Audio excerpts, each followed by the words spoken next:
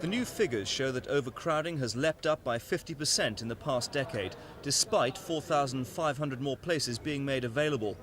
In London, more than 3,000 prisoners have to share 2 or 3 to a cell, and it's now estimated they'd need another prison the size of Wormwood Scrubs to allow them a cell each.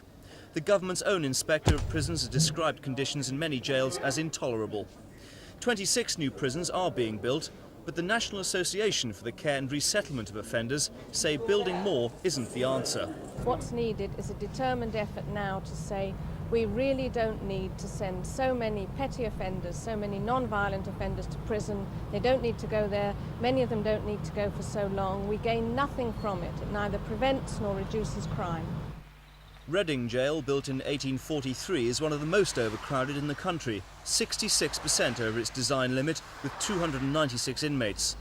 6 weeks ago, the problem was even worse, until prison officers threatened industrial action. Certainly as far as overcrowding goes, we've had terrible problems even giving them sufficient clothing, shoes, things like that. We've had problems with bathing routines, feeding routines. Everything obviously takes a longer time. The more prisoners you've got, things take a lot longer to do.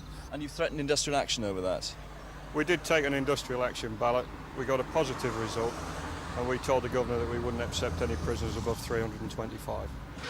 Reading has to take prisoners from an area stretching from Uxbridge to Hungerford, and 40% of the prisoners are on remand from court cases. The government has now established 2 overspill prisons at army camps, at Salisbury Plain and at Alma-Dettington near Deepcut in Surrey, but they're seen as only temporary measures.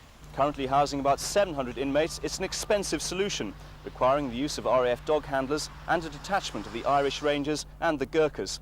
The Home Office recognised that what needs to be done is to halt the overflow by imposing non-custodial sentences on non-violent offenders and by pressing ahead with a massive prison building programme. Mark Longhurst at Deepcut for Thames News.